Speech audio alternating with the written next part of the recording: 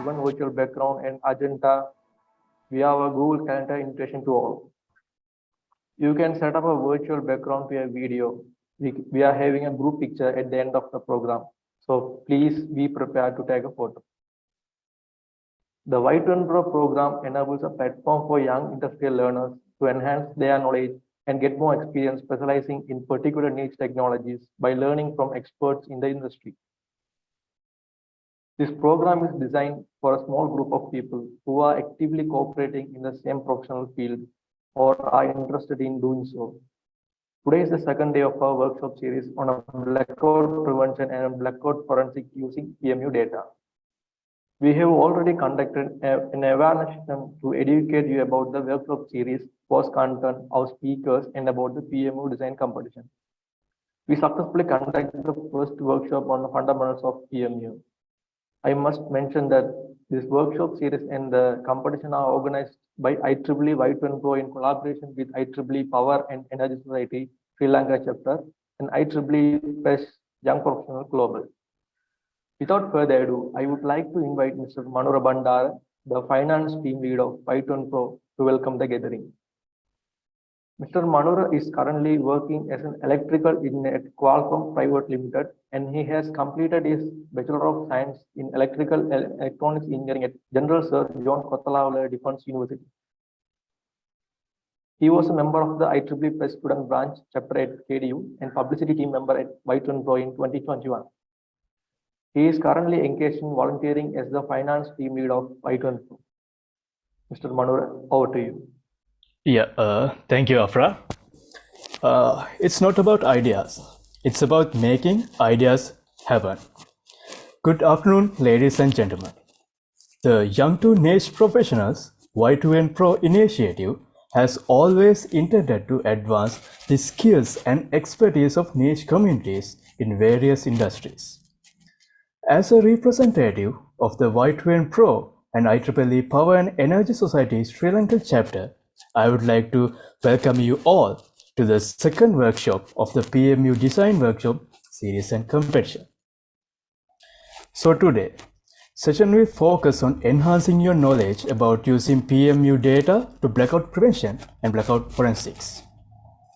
In the first instance, I am honored to welcome the guest speakers of the day, Professor Janaka Ekanayake, a professor at University of Peradeniya, and Mr. Albin Paul, the Secretary, IEEE PES YP Global. And I would like to take this opportunity to welcome all the representatives from IEEE PES Young Professionals, IEEE PES Sri Lanka chapter, and IEEE Young Professionals Sri Lanka. Additionally, I would like to extend a warm greetings to all of the attendees and thank you very much for your interest in this workshop series. I hope you will find full benefit from this series. Thank you very much. Back to you, Afra. Thank you very much, Mr. Manura. So without taking much time to continue the session, so would like to introduce and invite our guest speaker, Professor Janaka Bandara Ekanayake, to share his expertise on blackout prevention and blackout forensic using PMU data with our audience. Professor Janaka Bandara Ekanayake is a chair professor of electrical and electronic engineering at the University of Peradeniya. He is a visiting professor at the Institute of Energy at Cardiff University, UK, and honorary professor at the School of Electrical, Computer and Telecommunication Engineering, the University of Wollongong, Australia. He also served as the strategic professor at University Tenaga Nasional, Malaysia, and as a visiting professor fellow of the University of Wollongong, Australia. He obtained his BSc Engineering with a first-class honours from the University of Peradeniya and the PhD from the University of Manchester Institute of Science and Technology, UK. Professor Ekanayake is a fellow of IEEE USA, IEET UK, and IESL Sri Lanka. He was also recognized as an IEEE PES Distinguished Lecturer. He is the only Sri Lankan to hold fellowships of all three major electrical engineering professional bodies. He has been a Royal Society and Commonwealth Fellow at the University of Manchester Institute of Science and Technology, UK. His main research interests include renewable energy generation and its integration in smart grids. Please welcome Professor Janaka Ekanayake. Professor, the spotlight is yours. Thank you very much, Afra, for that kind introduction. So let me thank the Y2 NPR Young Professionals Sri Lanka, Young Professional PS, IEEE PS Sri Lankan chapter for inviting me to do this session. So next hour, I will be talking about some aspect of PMU, but because the audience is could be diverse, I will be covering even some of the basic stuff before moving on to some specific applications. So let me share my screen, and I will then switch off my video so that you will have opportunity to look at my slides than myself. Right, if somebody can confirm that you can see my slides. Sir, it's not in the slideshow mode yet. Yeah, I just put it in. Now slides are clear. Can you change a bit, 1 or 2? Yeah. Yeah, now it's moving, sir. No issue. Okay, good. Okay, thanks, Ashwin. Yeah, so the topic that I decided to cover is blackout prevention and blackout forensic using PMU data. I'll be not talking about all the possibilities. There are so many, which of course I don't know much. I will be talking about 1 or 2 applications in these directions. So let me start with introducing the term blackout. The blackout is, of course, the total failure of the system. Even though we say that it's a total failure of the system, in large countries, they kind of consider a part of the system. For example, one of the latest global blackout was the August 2019 blackout, which occurred in London. So it only affected to London area, not to the entire UK, but still it's called a London blackout. Then March 2019, there was a blackout which stayed there for 7 days in Peninsula. Then September 2016, another classic one in South Australia. Now this August 2019 one and September 2016 one are unique and more interesting to countries like us because they were related to renewables. Then there was one, in October 2012, July 2012, and August 2003. Now, I'm sure some of you may not even born in August 2003, but July 2012, 10 years ago, there was one in India, which was on a very hot day. So all the air conditioners are not working and people died even. So this can have, even though one won't see it, the huge economic loss, because remember, during a blackout for several hours, all the factories will be stopped. And in order to restart the factories, even after the power comes takes some time. Now, you may be wondering, he's talking about the international blackouts. Why don't he talk about the blackouts in Sri Lanka? My topic is based on blackouts in Sri Lanka, but I didn't want to list them because there are so many, which may not be even enough to cover in one slide. So, so I decided that I would bother about giving you the details of blackout that happens in Sri Lanka. But I'll be talking about a few of them later on. Right, I'm sure you must have seen this. Now, when you look at them, they are dancing. I don't know what terms some people call Zumba dance or whatever it is. Now, when they are dancing, they don't look each other. they are dancing to a tune, a free set of frequencies coming out from a musical instruments. Now we call this a synchronized dance, which is based on a set of frequencies coming out of an instrument. Now our synchronized generators are following exactly the same pattern. They are dancing to the exact tune of 50 hertz. Remember, when we say 50 hertz, it's never be 50 hertz. Like this music where the frequency is always changing, and our synchronized generators, wherever they are, irrespective of the place of their appearance, they do exactly what these ladies are doing. So they are synchronized and dance to a frequency.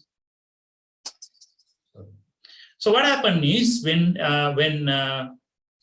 the synchronized machines are trying to provide electricity to our consumers, where, as I said, these synchronized machines, even though they are not in the same location, they are synchronized, so they do exactly the same thing, try to supply the entire demand of the country. Now, if the generation is little less than the demand, then it will be reflected directly on the frequency, and the frequency comes down. On the other hand, if the generation is greater than the demand, then the frequency goes up, and the system, try to stay around from 49.5 to 50.5 hertz, and that's pretty much maintained in Sri Lanka under normal conditions. But occasionally, you lose this the balance. Now, if, for example, this is in fact a frequency plot from 2016 blackout happened in Sri Lanka. Now, until around this point, I'm sure, let me take a point. Okay. Up to this point, the frequency was pretty much stable between 49.5 and 50.5. Then there was a loss of part of the network due to lightning, and that created a loss of load, or the reduction on demand. And because our Norachole, that time it was only one machine was working, or two, I can't remember. When there's excess generation, the system frequency start going up. Then what happened is, as the system frequency goes up, the generators start tripping on high frequency. So including Norachole, many machines tripped, and then there was a deficit in generation compared to the demand. So the frequency start coming down, and eventually the system collapsed. But that's just what happened on this system. But the consequence of this one in Sri Lanka is much more severe, because of our large generator, which is Norachole. Now, what you are seeing is a diagram. In fact, I created this diagram because I was in the committee to look into this blackout in 2016, and we went to Norachole, and what we found was, this was taken over from Chinese guys, and our engineers were not very, much knowledgeable about the system at that point. But there were one or two good engineers who knew exactly what's going on based on their, like using the diagrams, they explain what's going on. So what's happening is, now, as I said, this generator tripped on overspeeding, because if you could see, the frequency goes up. That means, as I told you before, when the frequency goes up, the speed of the generator, which is the synchronized speed, also goes up, and that trips the generator. Now, when the generator trips, under normal operating conditions, we have an energy balance. The steam coming from the boiler go through a high pressure turbine, then an intermediate pressure turbine, and 2 low pressure turbines. And these turbines are connected to the same shaft as the generator. So they start rotating and rotate the generator and produce electrical power. So all the energy that are available on the steam is basically converted into kinetic energy, and that kinetic energy is converted into electrical energy, and the system works perfectly. No issues at all. And you can see the temperatures at different points. The boiler usually has a very large temperature, around 1200 centigrades, and the steam going out of boiler is at high pressure, high temperature. These are called superheated steam. So you are having a very high pressure and 540 degrees centigrade temperature. It goes through this so-called the control valve and goes to the high pressure turbine, and whatever the output of the turbine comes back to the boiler to the reheater, and also that goes into the intermediate pressure valve through the reheater, and which is at now around 320 degrees, and you can see that the temperature drops to 140 at the low pressure turbine, and then you condense it to water and put it back to the boiler. So that's the cycle of the water, or the steam water cycle. Now, immediately after the generator disconnected, there's no way to the energy associated with this high superheated steam to be converted to another energy. Of course, it will be converted to kinetic energy, but then nothing will happen. Once the machine speed up, they will stop all this. So we need to somehow get rid of the steam. So there are 2 valves, this high pressure valve and the low pressure bypass valve, which trying to take out the steam. At the same time, there is a gasket on top of the boiler, which will be open and the steam will start releasing. But during this process, because there's an enormous inertia of this heat system, the temperature will rise, and that can rise up to 2000 degrees, and this can deform certain pipes, and the issue is not there. The issue is you can't touch it because it's at very high temperature. So the CB engineers who are doing the maintenance has to stay there, wait till it cools down to do anything, and this may take 3 days. So that's why people are telling that after blackout, the Norachol is still out. So CB is normally starting what we call the power cuts. So you can see that the consequence of blackout could be devastating. It's now the blackout will create more economic loss, and of course now people are used to blackout, so people don't even recognize there is an economic loss because the country's economy is anyway at 0, so there's nothing to be lost. So we are now in a different scenario, but I'm talking about 2060s where the country was much better than today. So moving forward, I wanted to show you a similar incident in Great Britain. Now here, this is a reverse incident.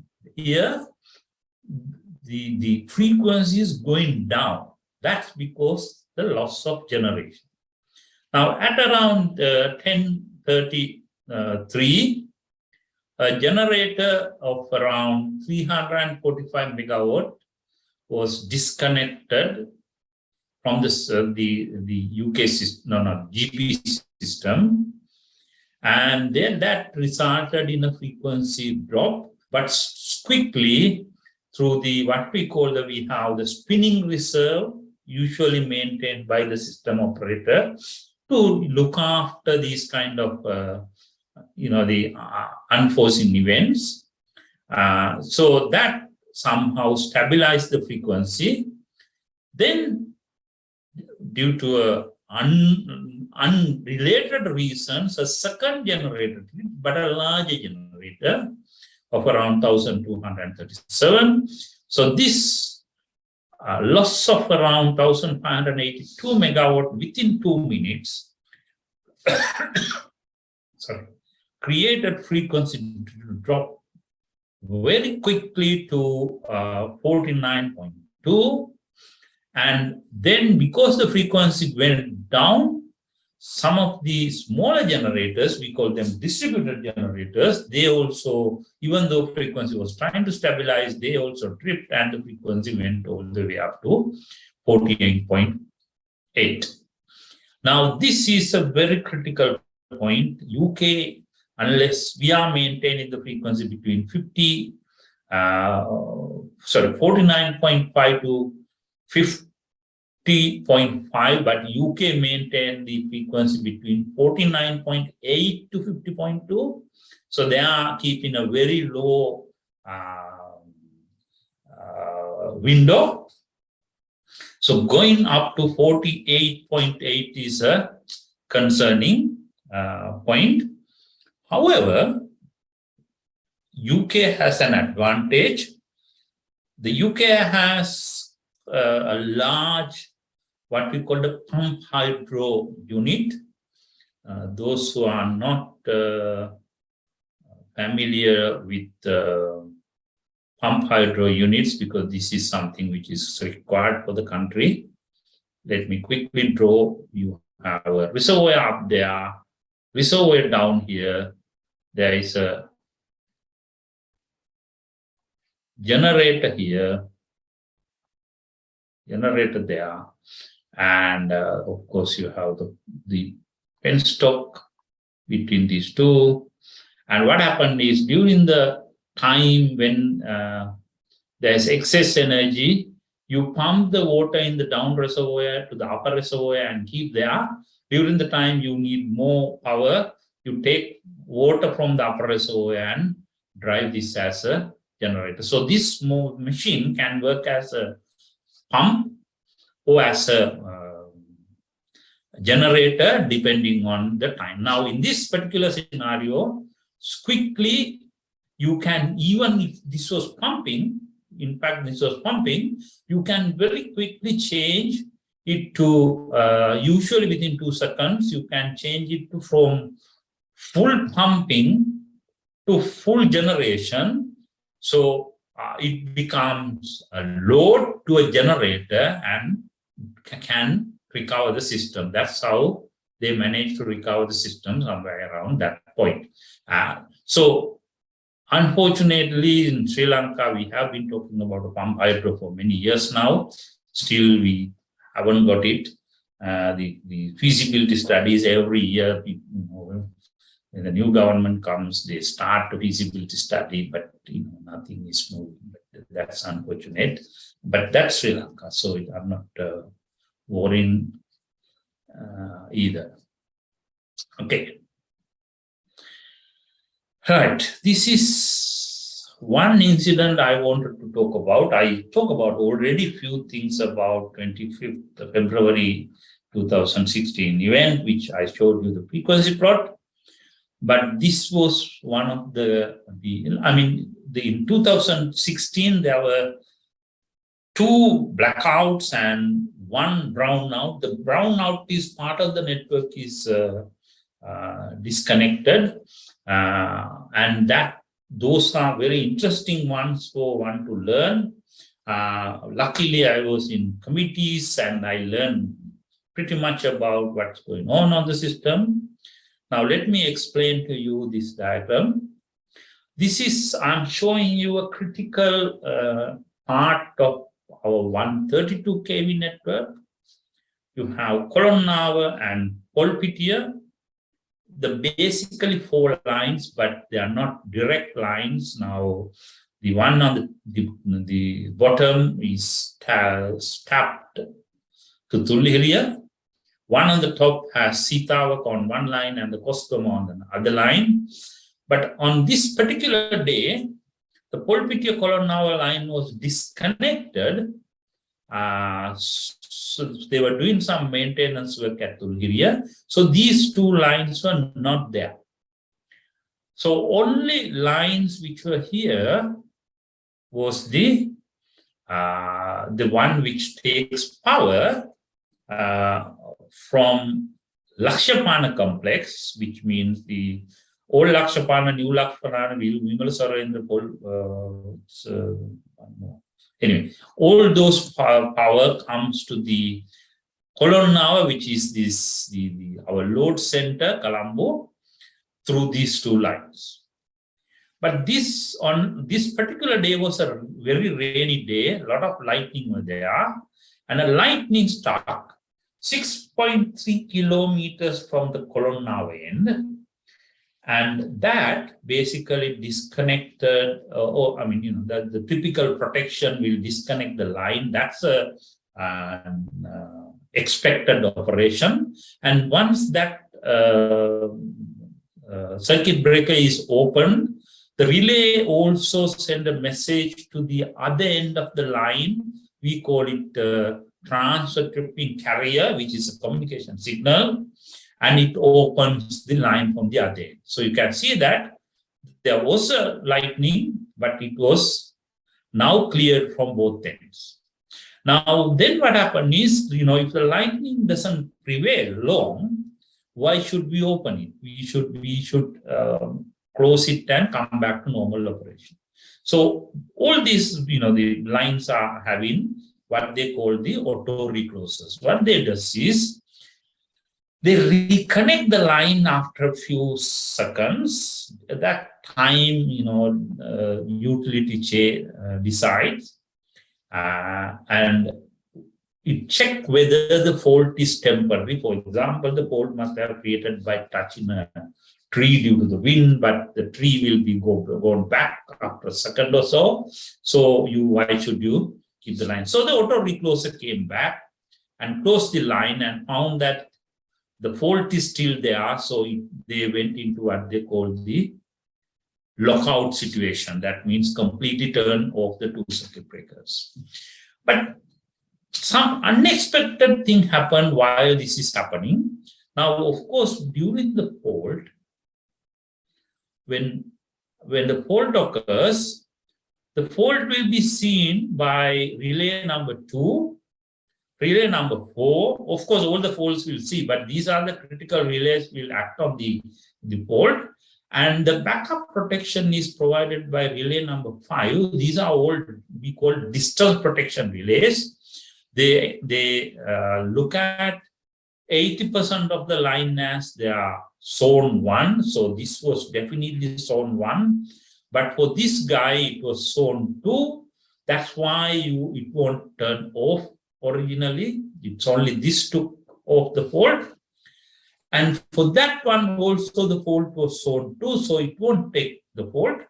But because this went up, it sent this message to the other end, but then it came back. But unfortunately, this relay number 5, which was not supposed to be turned on because now there is no fault. The fault is cleared.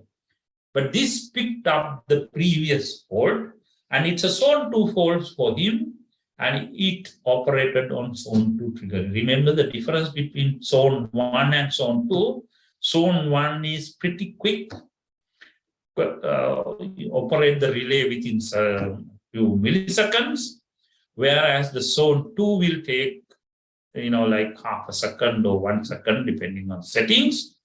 So the zone 2 remember that this relay number 5 is looking this way. That angle I am showing you, so direction I'm showing you, it's only looking that way. So for him, it's a two pole and it triggered. Now what happened is you can see that all the 4 lines, which bringing the power from Kolpiti to Kolonnawa was gone. That means, if you can see that Lakshapana, Vimala Surendra, New Lakshapana, Canyon. Yeah, Canyon was the one I forgot, and I think Kolpiti has a plant. Now all these were sending power from that line and this line to Kolonnawa, and both lines are now gone. So this was completely disconnected from there. Then what happened? When that part of the line was disconnected, I'm looking at, sorry, I forgot to tell. I'm looking at the blue lines. The blue lines are the 132 lines. The red lines are the 220 kV lines. So this was not the 220 kV line. This is the 132 kV lines. Both, initially this was turned off, and this trip, both lines were tripped due to this fault. So that was the place where the both 2 lines were taken out. So you can see that when these 2 are taken out, the Lakshapana power has to travel all the way to Habarana, Anuradhapura, Puttalam to Colombo. So it's a very long distance. And also, when that's going to happen, there's a Puttalam coming on the way, and that distance create issues. So what happened was, now the Lakshapana power traveled a long path, and there is a large impedance involved in that path compared to the small impedance path, and that creates an imbalance between the 2 synchronized machines at Lakshapana complex and the Puttalam coal power plants, and what we call the out of step situation occurs, which is those who learn power systems, you know that, let me put it this way. I'm talking to the people who have, who doesn't have good knowledge about power system.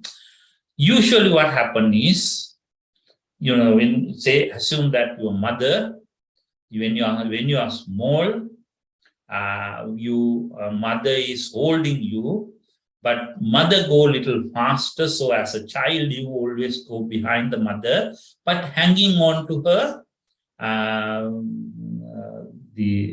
onto her hand. So there is a small distance between the 2, but still, they both are moving nicely. But if the mother start going faster, then of course you will not be able to hold on to that. And the bond between the mother and the child will lose, and the hands will be released, and that's called more like an out of step situation. So I'm just trying to explain it in a very simple terms. So once that happens, you can see that now this is the original fault at Kolonnawa Sitavaka line. But this is the point where they completely disconnected, and you can see that there was what we call the power swing between the Kotmal, the Lakshapana complex and the Puttalam, and the system frequencies start fluctuating. Now that has created some other issues, and all the generators, the guys in Victoria are telling me that they couldn't even listen to the noise created by their machines. That was huge noise because the frequency going up and down, and they manually switched off all the generators and the system went into a blackout. Okay, I'm still not talking about anything about PMUs. I'm giving you interesting things that slowly comes in. Now there is something called out of step relay, which basically look at the impedance from where it is to certain paths. And in this particular case, if you could remember, the impedance was small because you had 2 lines, like if I go back, when you had that line and this line in parallel, of course, this will dominate the impedance seen at here. So obviously impedance is very small. So I'm going to look at a very simple system where we have two generators and line impedance, and these are the internal impedance of the two generators, and you can write the impedance seen by this relay is the voltage seen by that relay divided by the current seen by that relay, VAY. But that voltage is the internal voltage minus current times ZA. So I can get this equation, but also I can get current using these two bus bars. Current is EA minus EB divided by ZA plus ZB plus ZL. I can substitute there. Then I get this equation. I can do a bit of simplification, such as if I say EA is my, EB is my reference phasor, then EA will have an angle, and usually the EA and EB are same order.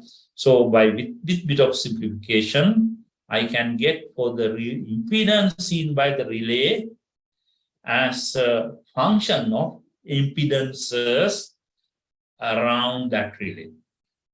I'm not going to do the mathematics, but you can do a bit of manipulations, and you can convert that into a real part and an imaginary part.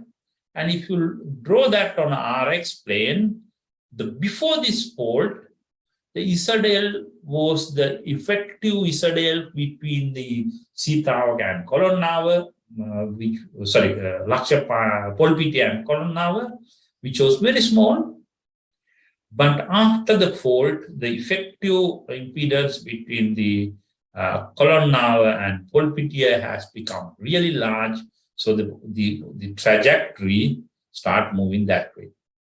So you can see that when we move that way, a relay situated at Polpitiya can see that its impedance trajectory increases, and you can use some threshold. Usually you use a threshold like a box, and once you get out of that threshold, you can disconnect or you can take the remedial action. Now the problem is to set this threshold.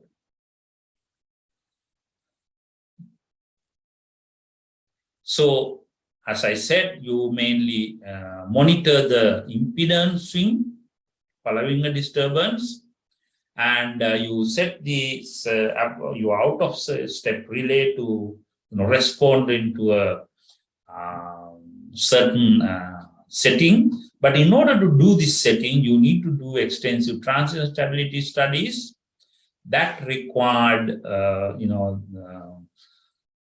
need to do the critical clearance angle and the generator dynamic parameters. But remember, Sri Lanka do not have a dynamic model, so we cannot do this at all. So, however, this is considered as a wide area event. Remember, if you could remember, this involved many generators in and around our country.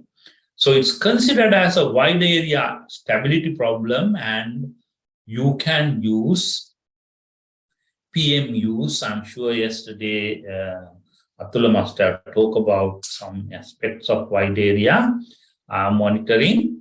So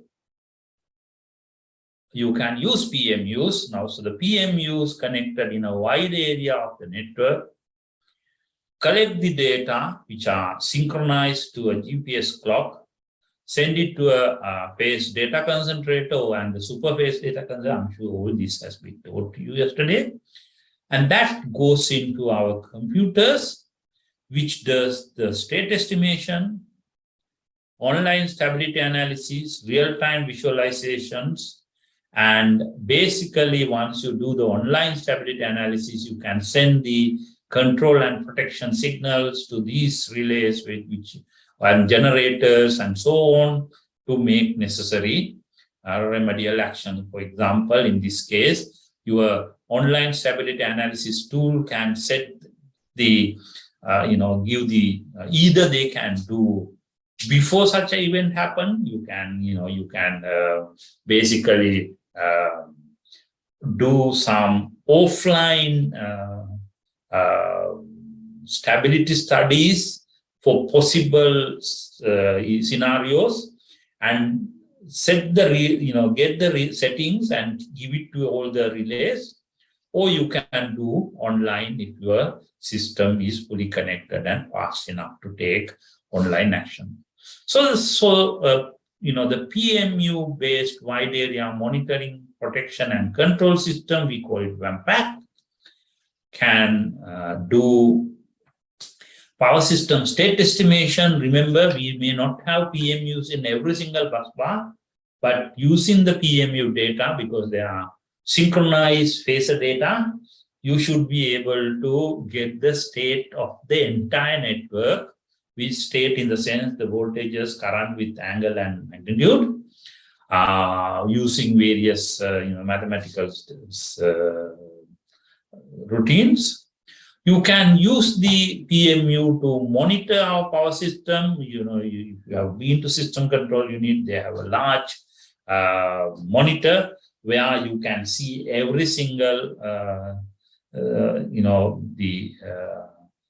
point on our power system, and you also will see the alarms coming in from various places. So you can use the PMU to send these warning alarms, but more importantly, you can do the power systems event analysis. That is synchronized phasor data, which are high accurate, will be available on our server before and after a fault. So that will enable us to go through this data and understand the issues and take some countermeasures. So this is where the forensic comes in. So let me move on to another event, again, that happens in Sri Lanka, to discuss about the forensic aspect. Now, before going in, this is some statistic very recently CEB produced. Just wanted to highlight that it's not easy to identify the cause of a tripping. Now, in 2018, there were 300 transmission line trippings. Only 11 were the cause of the event was identified. 2019, only 8 were identified. 2022 and 2021, 8. Now, this is partially because the CEB is not wanted to, they identified the cause. Partially, you cannot identify the cause. And now we don't know out of this 300, how many were broadly neglected by CEB, and how many were really, how many of them they really put some effort to analyze. So these numbers may not be that accurate. Having said that, you can see that it's alarming to see there were many transmission trippings, but because you couldn't identify the cause, you can't take remedial action. Remember, unless you identify the cause, you can you cannot take remedial action. So that's where the PMU can come in. I'm going to take you to the more recent event, which happened 3rd December 2021. I'm sure you must have been either in university or working somewhere. And I'm sure you all experienced this event. Happened on 11 something, 11:15 or 11:30 in the morning on 3rd December. Sunny, hot day in the country. No natural causes on that particular day for a fault to happen on our power system. Only event that took place on that day was there was a some kind of a trade union action between the CB engineers and CB engineers, because they were not happy with certain decisions taken by the management and the government.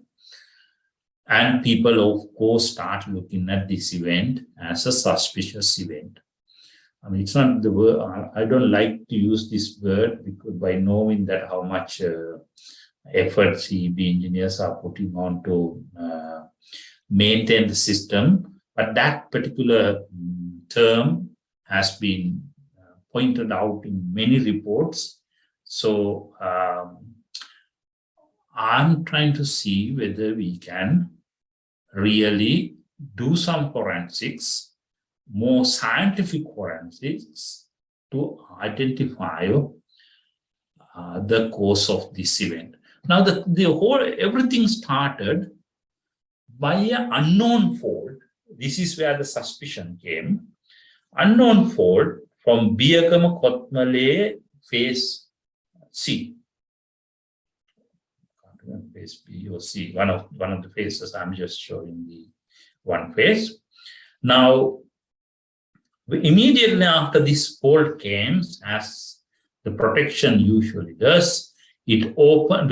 Now here it was the differential protection, so that opened both end of the line for a short period of time, and then the reclose, as I explained to you before, came in and closed the line. So it's, if the fault wasn't there, it's all perfectly all right, the system will go. But then second unexplainable situation happened on Kotmale end.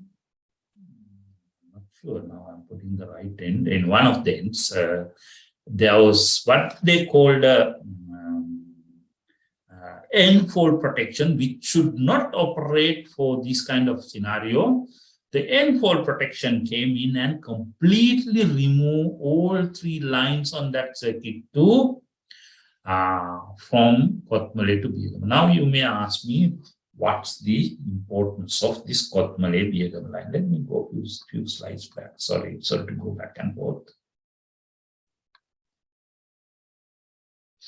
Now, these red lines, which are the 220 kV line on the system, which you can see it creates a good backbone for power transfer.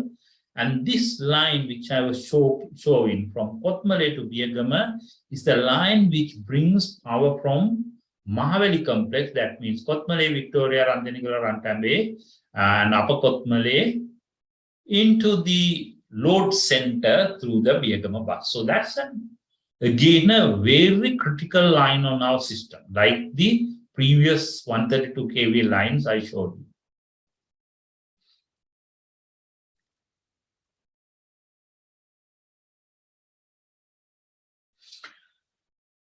So now one of those circuits tripped, but the second circuit was there, and these circuits are designed such that the full power from Kotmale to Biyagama can be taken by a one circuit. We call it N-1 reliability. So you design the lines to maintain the N-1 reliability. So this line was happily working. However, again, some unexpected, it's not unexpected, kind of expected thing happened. The second line one, which is the line which was operating, also tripped because the neutral current of that line increases. And that basically separated Kotmale and Biyagama. Once that happened, obviously, the system cannot survive.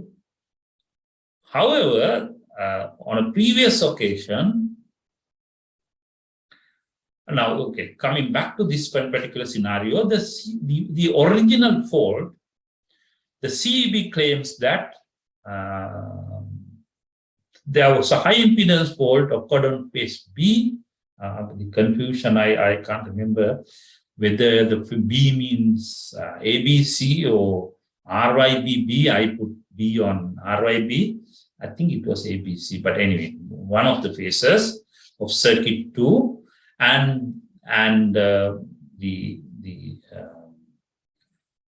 DGM protection verbally claims that this happened due to a bushfire 23.33 kilometer away from the Biagama grid substation, this one from Biagama, 23.3, and he was verbally claiming that that's due to bushfire. But the committee who went to see this particular place, and they were in the opinion that of course there was a small fire created by the household close by, but that never could trigger a 220 kV line. Now the question comes, was it due to this particular bushfire, or was it due to something else? Now this distance is an important parameter to be established. Now there was a similar incident on 29th November 2021, exactly the same phenomena happened.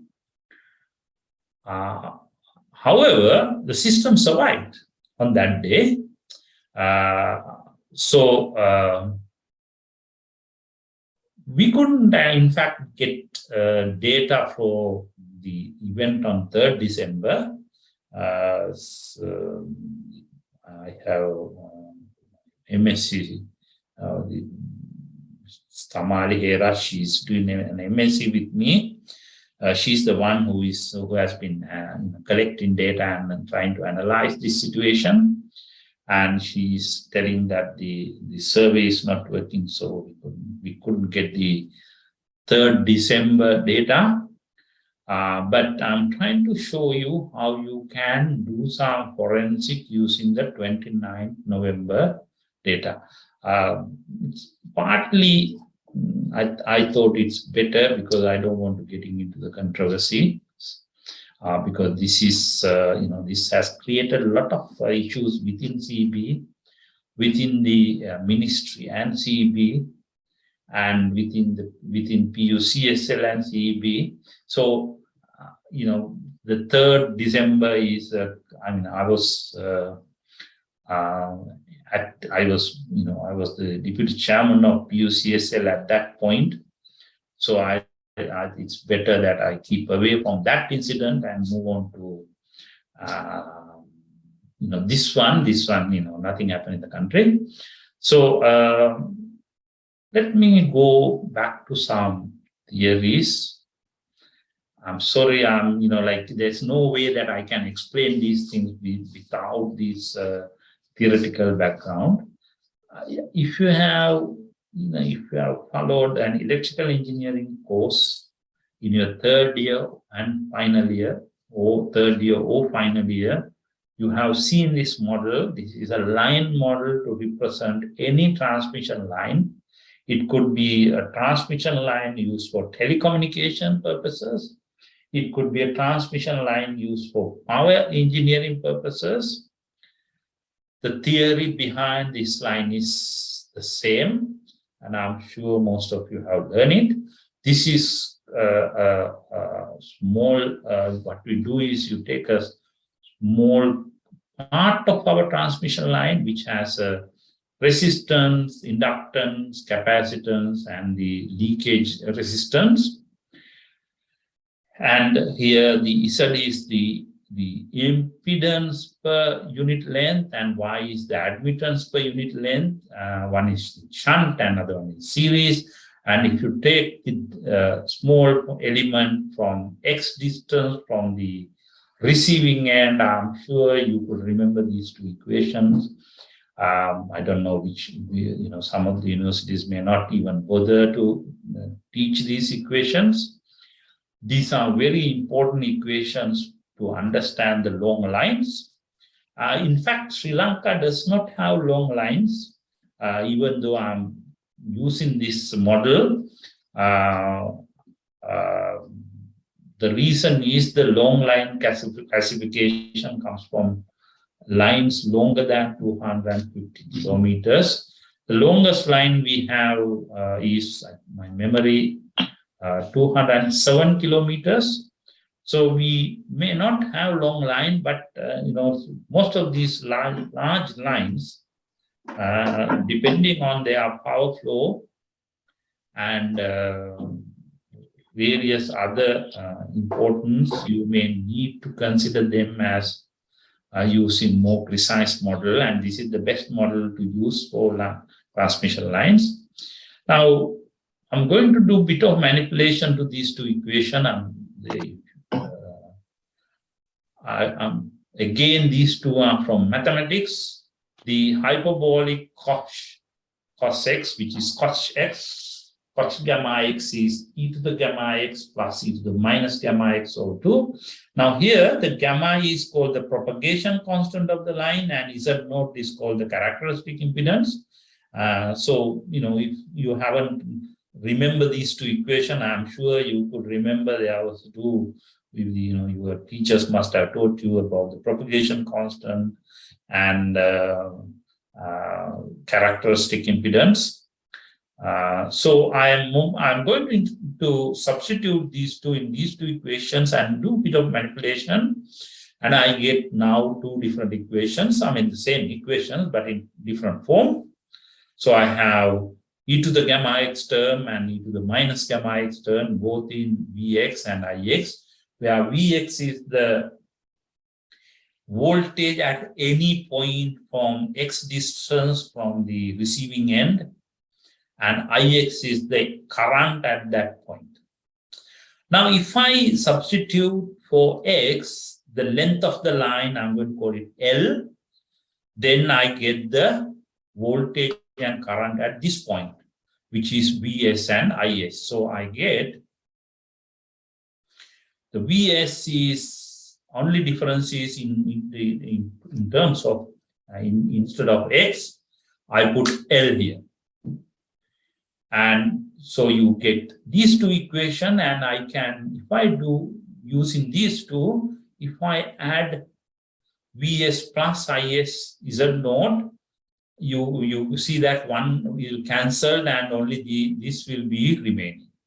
If I subtracted Vs minus Is Z naught, I will get the other term. So now I can put these two. So I have originally for Vx, that's the equation I showed you in the previous slide, Vx in terms of Vr and Ir. Now, instead of Vr and Ir, I put from this equation Vs and Is term, and I get the second equation. Now, these two equations, from these two equations, I'm defining two terms, N and M. Now, remember, by looking at these two, you can see that both N and M are 0 under normal operating conditions. That means if Vs and Vr are dependent variables, when this equation stands, both N and M are 0. So even if I equate these two, there's no mean. But during the fault, assume that there is a fault from d distance from the this receiving end, then you have two equations for the fault voltage, and you can equate them, and then using this N and M, I can see that N e to the minus gamma d minus M e to the gamma d equals 0. All I did was take that minus that, which is 0 now, and this minus this is N, and this minus, this minus this is N, and this minus this is M, and I get that equation. Now from there, I can get gamma, D is 1 over 2 gamma ln N over M. And as I said, and if there's no fault, both N and M are 0. So the ln 0 is undefinable, so you wouldn't get any value for D. But under fault condition, these equations two, you can consider this as two different line sections, and these both equations then, both n and m are not equal, and you will get a number.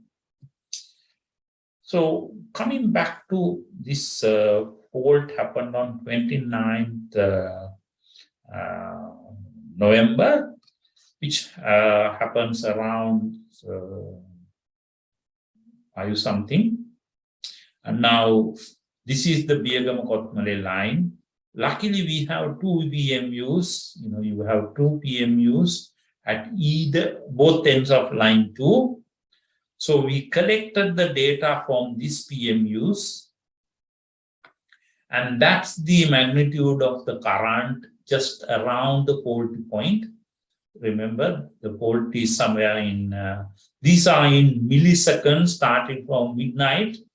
So you have, 690, around 5 p.m. or something, you have that amount of milliseconds. So the fault started here, and you can see that the angle start changing from the fault, and the fault current increases and come to 0 because system come to 0.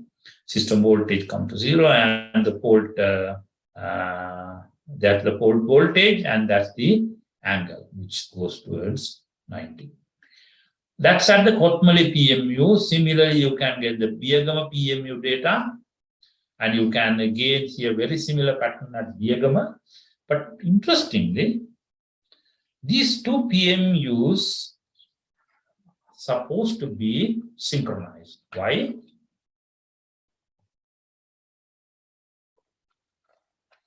As Professor Atula yesterday told you, they use GPS clocks, and to make them precisely aligned. So, that is around 699.06.000. That's around 696.07, 700 and something. So you can see that even, if they are not synchronized. So that's one alarming thing which came. But you use that equation to calculate D. Now, even though before the fault, I said that you cannot find D, but like this is the what we proved. But in reality, of course, all these PMUs will have some errors, and more importantly, these 2 are now having a small phase shift. They are not synchronized properly, so you may get an answer. But as after the fault, you can see that this is the point where the voltage and current is going down to 0, towards 0. But you start seeing a fault point somewhere around, like 25 kilometers from the receiving end. Of course, this may not be enough to, partly the PMU itself, we have some issues, and this probably may not be enough to do the full forensic. Remember, of course, you need to now visit the place, do some physical evidences, and some more. So it's even in a the murder case, one evidence will not solve the problem, so you need to go and do many other. But this will obviously, the PMUs can help, getting into an area to look for more information. So, in conclusion, I think my time is not bad. The PMU data is useful for setting relays as well as analyzing an event after it occurs. Sri Lanka has only 2 PMUs installed. Unfortunately, it was noticed that even these 2 PMUs are not properly synchronized to GPS clocks. There is around 2.2 second difference. Now, if it's a small difference, I may assume that it's due to propagation delays or something, but this is 110 cycles. So I'm sure this difference is not an arbitrary, not scientifically, we can kind of, if it is a small difference, you can say that it's scientifically true, you can do some analysis and prove it, but this seems to be beyond that.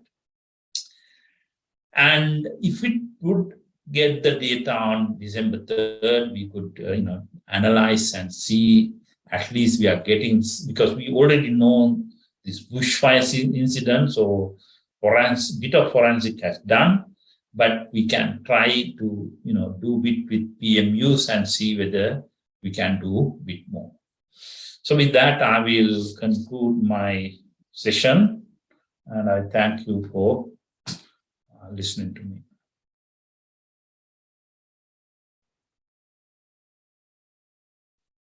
Thank you, sir. Participants, now it's the chance to clarify any doubt you may have about today's session on PMU. You can either drop your concern or question in the chat or direct them to Professor Janaka Ekanayake by unmuting yourself.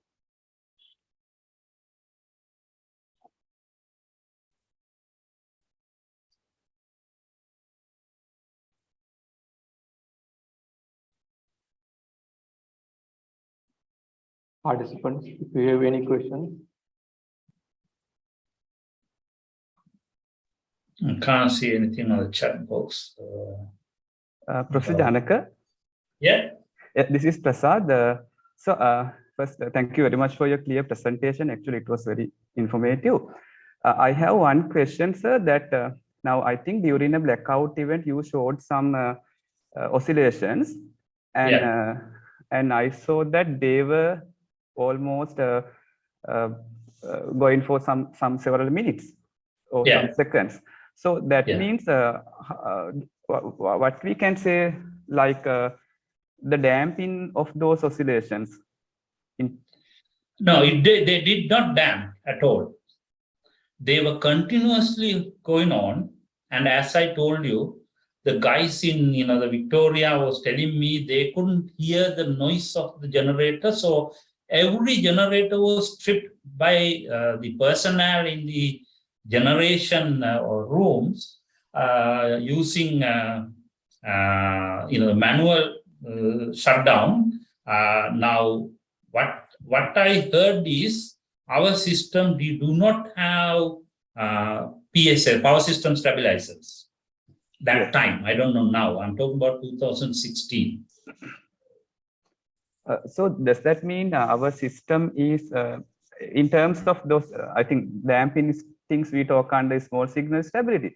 So, so our system, it's something like poorly damped system, or? Okay, I mean, one thing is we don't have a dynamic model, so we cannot do anything, any studies or anything. CEB recruited, Darashada Mutumini's team. I mean, they were not recruited, they volunteered and came and did some studies. I don't know whether it was volunteered or they were paid or anything. They did some studies and they obtained the generator parameters for few generators, and then they said that, okay, this is the way to do it. You continue and develop the dynamic board, but now CEB never bothered. Okay, so thank you very much. Hello, sir. Yeah. Am I audible? Yeah, I can. So I have a question in the blackout at 2016, the Colonava Pulpiti. Yeah. So can you take the slide at that? All right, I can't. Then somebody has to. Okay, that's all right, sir. So you say that. So in the second line 2, the trip happened in the line 2, but you said that because of the some of the zone 2. No. Yeah. So it was the zone 2 picking up the fault on in the first line. First line. Yeah. So I couldn't. How it comes in the zone 2, sir? Because like this relay 5. Yeah. for relay file, it's looking in that direction also. Okay. So it means usually you set this relay. I mean, I don't know in Sri Lanka, but sorry, I was wrong. You are right. What happened was, if I draw the circles, give me a second. I'll draw here for you to see. Can you see what I'm drawing? Yes, I can see. Now, in many countries, I really don't know I can't remember what's using in Sri Lanka. We have zone 1, zone 2, and in many countries, zone 3 also set towards the backward. Okay, so for this relay, that should have been a zone 3, even if you go backward, or in forward, it could be zone 3. So it's okay. So what happened was, I explained it wrongly. What happened was it should have been a zone 3 fault for that relay, but it tripped as a zone 2 protection fault. So the tripping was zone 2, but actually it would have been a zone 3, the fault. So it wouldn't have anyway tripped at all. It was a false tripping on that particular distance protection relay, because it's definitely not in zone 2. It's in zone 3, but it tripped as a zone 2 fault. So that was a tripping event which was not meant to be happen that way. So that was a false tripping which never analyzed, because one of thing I really can't I haven't seen any analysis done, because this relay, these zones are sets based on usual 50 hertz, kind of faults. But that fault was a lightning strike. So I'm sure certain high frequency components would have been flown in these relay circuits. How they affect the relay functionality and how much they have been studied, I don't know. So that was a false tripping on 5. Sorry. Thanks a lot for bringing that up, because I pointed out the wrong. It was zone 2 fault, but would have been a zone 3 fault. So, but it picked it as a zone 2 fault.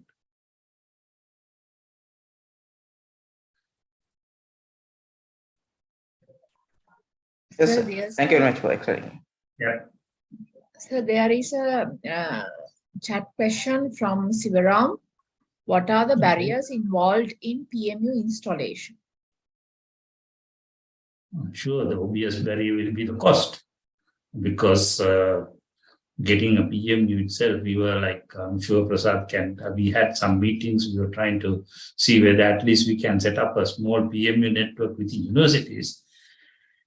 Of course, we can't, it's expensive, because you remember you need just not the PMUs, you then need the required infrastructure. You need to install the PDCs, and you need the communication infrastructure, super PDC, and then the servers. So it's a fairly expensive affair. Maybe this is nothing for CEP, but right now in the current economic crisis, this obviously is beyond your CEP's current. The concern is how to get a bit more megawatts onto the system than how to make sure that the system is running. So I think the cost is the main barrier.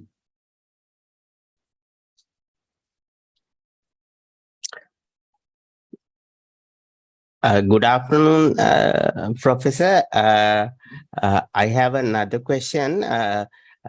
with your all experience, even from the foreign countries, what are the most important and urgent remedial action we can take as a CEB to prevent this kind of failures in future?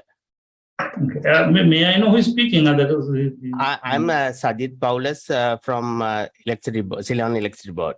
Okay. Right, Sajid, I mean, one of the very first thing CEB should do is develop the dynamic model. Remember, I have right now in my computer the dynamic model of the UK power system developed on Power Factory, Dix Island, which is very detailed. If you can go into all the renewable energy, large, the wind power plants, every single control aspects of those wind power plants are implemented. Because if you could remember, I don't know how much you are following the literature. Now, the UK London blackout, which happened in 2019, which happened in UK, in London.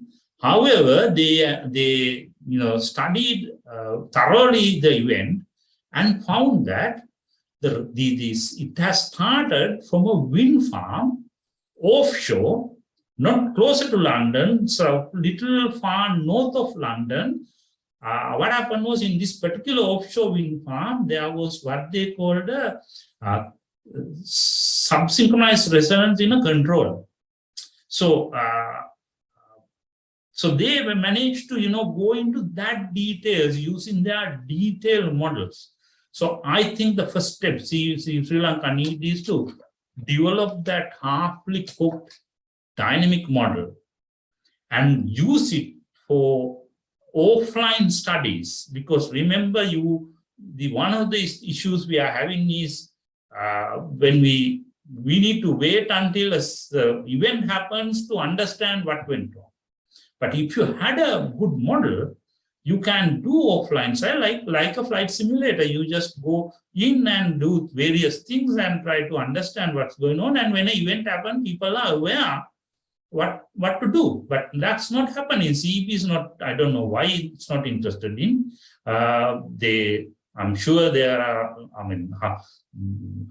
as far as I know, most of the people who are involved in the original formation of the dynamic model must have now left CEB, because everybody in CEB is leaving. But that know-how is somewhere. So I think that's the starting point. Thank you very much, Professor. You're welcome.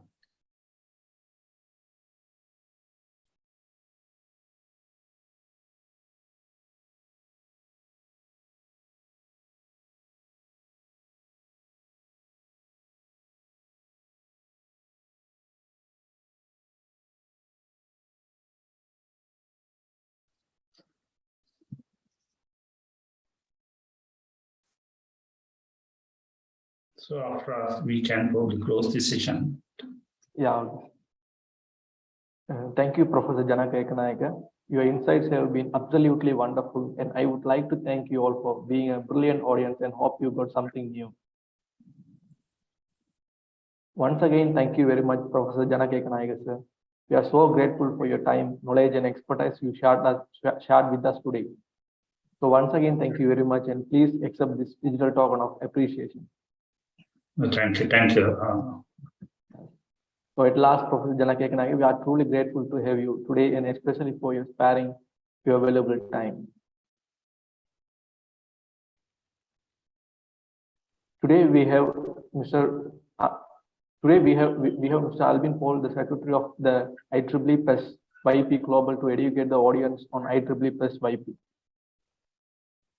Mr. Albin Paul has completed his Bachelor of Technology in Mechanical Engineering from APJ Abdul Kalam, Kerala Technological University, currently working as a quality inspector of Jas Plastic Battery Production, Hungary.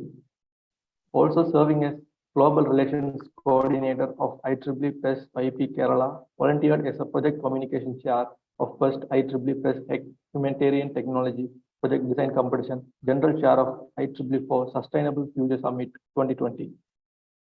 Also, part of various humanitarian projects as project lead of IEEE site funded project Smart Classroom among the Woods of member of IEEE HEC and Region 10 funded project list Untitled. Without further ado, I would like to invite Mr. Albin to the spotlight. Mr. Albin, over to you. Yeah, hi. Am I audible? Yeah, you can audible. Yeah, okay. So actually, I shared my PPT to the team. Could you please share it for me because I'm facing some technical difficulty too. Sorry to interrupt, Albin. Your voice is a little bit less than. Okay. So am I audible right now? Now it's better. Now it's better. Okay. Yeah. So thank you very much for this opportunity. Actually, I'm honored to be part of this great program, IEEE Y2N Pro of IEEE PES Sri Lanka chapter and the young professional team. So myself, I am Albin Paul. As mentioned as he introduced me, I am currently volunteering as secretary of IEEE PES Young Professional. And I'm graduated in BTech in Mechanical Engineering from Kerala and currently working in Hungary as a quality inspector. So I would like to share more about the IEEE PES Young Professional and our last 2 years activities and how it's benefit the final year undergraduate students and the young professional, and what are the other various volunteering opportunities within the IEEE PES Young Professional, etc. So okay. In the next slide, as a format, I would like to first introduce the IEEE PES. Hope I'm sure that every participant here is knowing more about PES. PES is provide the world's largest forum for sharing the latest technological development, and it provide most of it. It's provide more technical development to the PES member, and many of the PES standards were from in the PES. Many of the various standards in electrical engineering field, it's on the PES, and I'm sure that I'm not much need to share the benefit of PES. There are various benefits like PES scholarship and PES resource center, etc. for the PES members. So directly I would like to go to the PES YP. So in the coming slide, in the next slide, you can see this is our committee members, and the PES YP team is led by Janaka and the Avd and Genli as the vice chairs. And we have a very diverse team which cover all around the world, various eminent members from different parts of the world, and the executive committee consists of it's led by Sime vice chairs and me as secretary and John Hoffman as first chair. So we have a dedicated team which is focusing various sectors in the PES, and we have PES YP license which connect the PES YP with various other working groups like Women in Power, humanitarian activities, and student chapter activities, and PES Day. And in each of these sections, we have various webinar, workshop, and programs to provide more value to the PES YP membership. Hope everyone know about what is PES YP and who is belong to the PES YP. During the beginning of the workshop, they share more details about YP, who is YP, like that the person who is graduated within completed their graduation degree and up to the 15 years of the first graduation degree, they will be in young professional, and the person who is a member of IEEE Power and Energy Society and working or doing their master degree within the 15 years of their first degree, they will be considered as a PES young professional member. And we have various subcommittees. It includes the marketing and communication, professional development activities, new initiatives and projects, membership development, industry outreach and entrepreneurship, and event conference and technical activities coordination committee. For in each these company, they organize various events. I will share a few examples. Like considering the women in power, we have a monthly series program like VIP FM that will be conducted in the first Saturday of every month. And yesterday, the 11th episode of the VIP FM that we conducted in the yesterday. And also for humanitarian, they started some series program to introduce the leaders who is doing various humanitarian projects in IEEE and the non-IEEE as part of various NGO. And then they come considering the student chapter activities, we have various step programs like how to get various scholarship and how to write the SOPs for getting these scholarship and some various other step programs. And the PES Day, as part of the PES Day, we have many programs. So I will share more details in the further slide. And considering each subcommittee, there is also the professional development, professional and education activity, Disha and his team organizing the secret of various series of talk, which is focusing on the various technical activities, and you can see these details in our PESYP Facebook and YouTube channel. All the previous sections were uploaded in the page. And also we have the regional representative. We have the 4 regional representatives, and first is for the United States and Canada, the Bowang, and Ayman, he is concentrating more on Europe, Middle East and Africa, and Harun Rashid, he is for the Asia Pacific region, and Luis, he is focusing more on Latin America. And also we have a dedicated team under the webmaster and global YP submit coordinator for hosting the our flagship virtual program like the Powering the Future Summit. So in the next slide, I would like to introduce one volunteering opportunities for the every volunteering opportunity for a PESYP members to represent your section chapter in the global team. So we have PESYP chapter representative, in which from every chapter one person can represent their activities in the global team. So the person will be working in association with the global PESYP, which is mainly focusing on connecting the global team with the PES chapter. So if anyone interested to this role, you can just apply. Then in the next slide, there are I just shared a few slides of our last year activities. So we have various activities. It is mainly focusing on the professional development and also the technical development of the PESYP. Include the virtual industrial visit, step program, and the expert talk section. So there are in considering the last year activity, we conducted mainly 3 virtual IV to the various lab and also various industry as part of the PES Day and as part of the other event.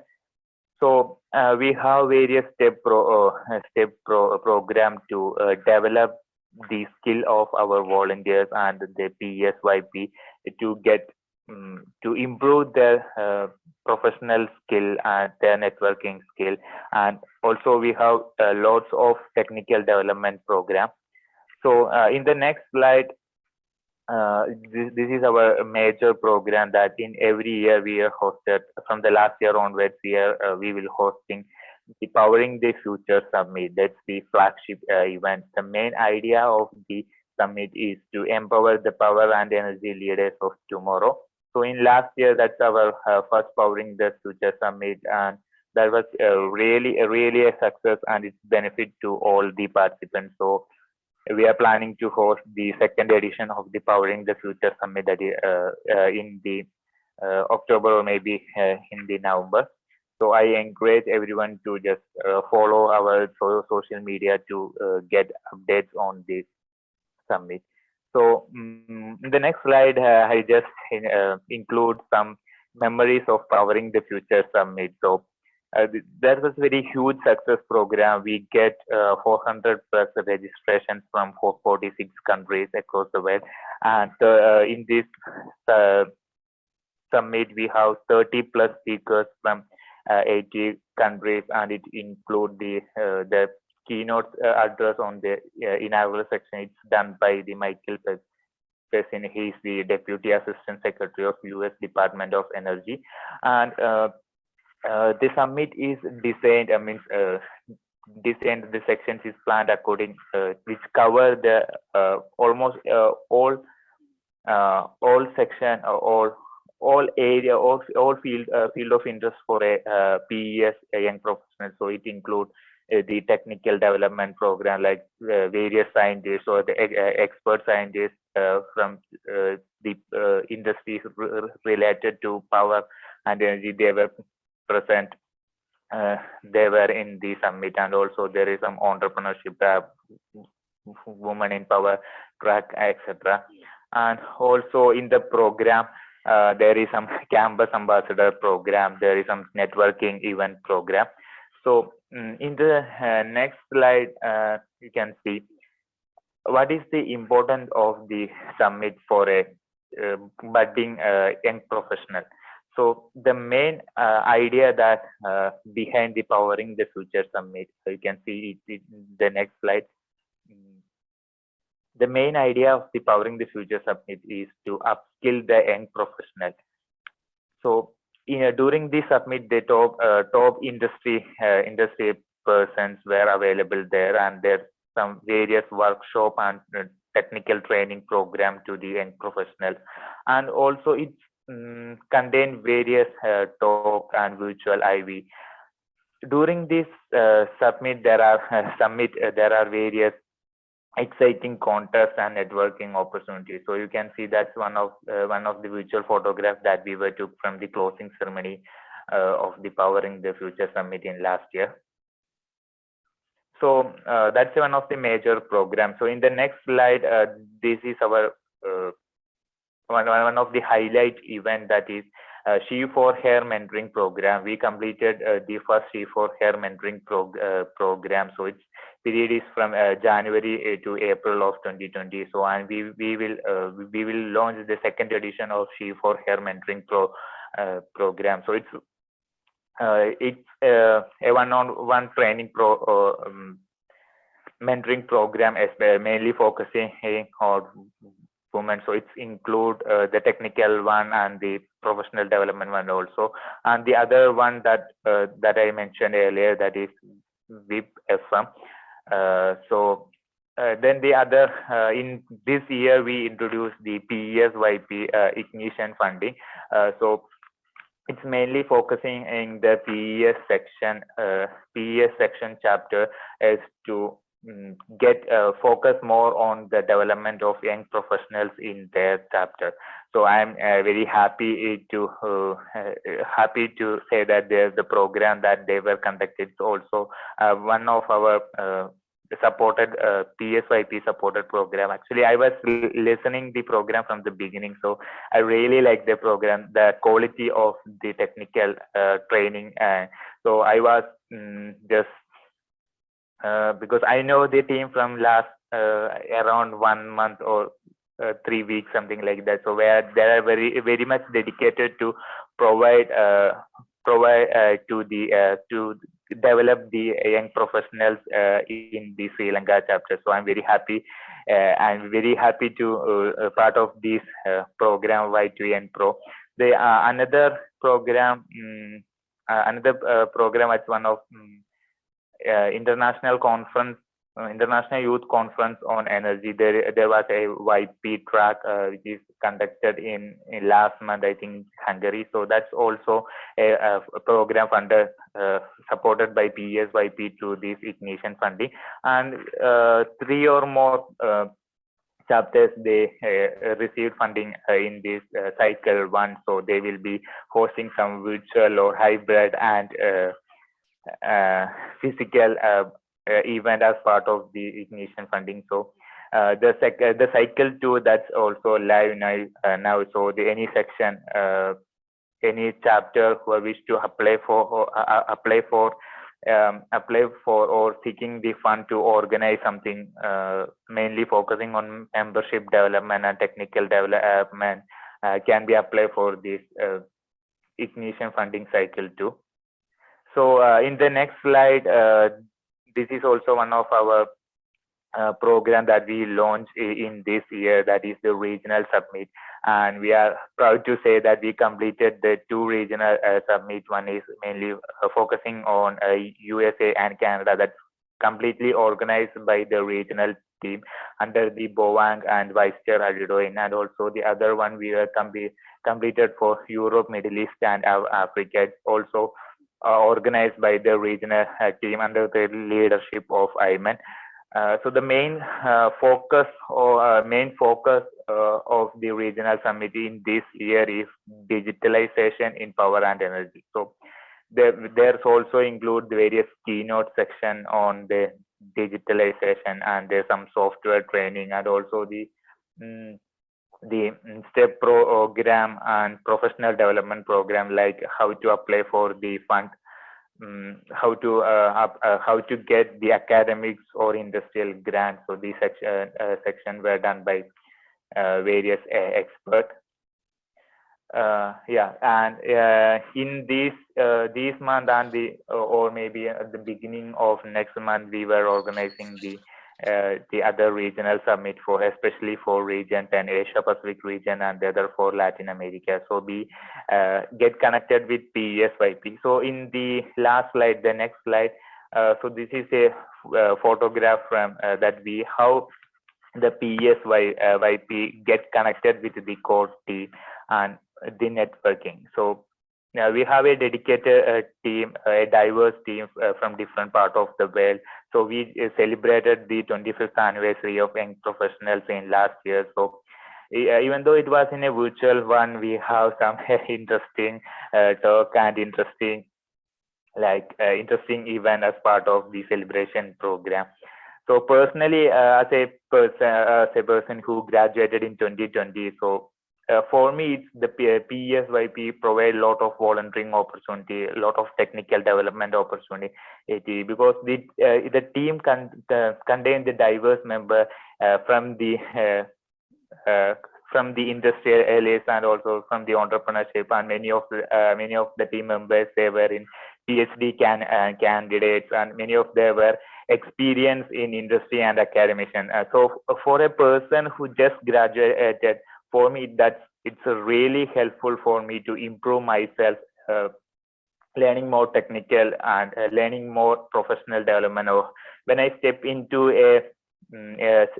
my professional life, it really helps. I'm sure that the people who were part of the young professionals in Sri Lanka also, they also feel the same one. Something which we cannot understand or which we cannot get from the textbook. That we can absorb from when we are actively part of this group. So so this all about that I wish to share. So you can part of the PSYP. There are so many volunteering opportunities and various events which will definitely help you to learn more about power and energy field, and also professional development. Other than the just learning from other sources will really helpful. Personally, I feel that. So If you are interested to be part of PESYP, there are a lot of volunteering opportunity of the Powering the Future Summit that's coming soon. So you can part of the Powering the Future Summit, various ambassador program, various contests we were planning during the Powering the Future Summit, and also you can represent the Sri Lanka chapter or the various other chapter from where you are. You can represent the chapter in the PESYP, and also we have in every year we have called for our team members, so you can part of the various subcommittees like technical development, professional development, education, and the communication and marketing team. So you can part of the team also. So if you have any doubt or any queries, anything you need want to know more about the PESYP, you can contact me anytime. So it's my email ID, and I'm very active in the social media like Facebook and LinkedIn. So you can just message me if you are interested to be part of PESYP and to know more about PESYP. So at last, again, I would like to thank the organizing team for giving this opportunity, and I understand the quality of this event and the effort that taken by taking the organizing team for the success of event. And I wish all the very best to the team members who were part of the PMU training workshop and competition, and also all the very best to the organizing team for a great event. And thank you very much.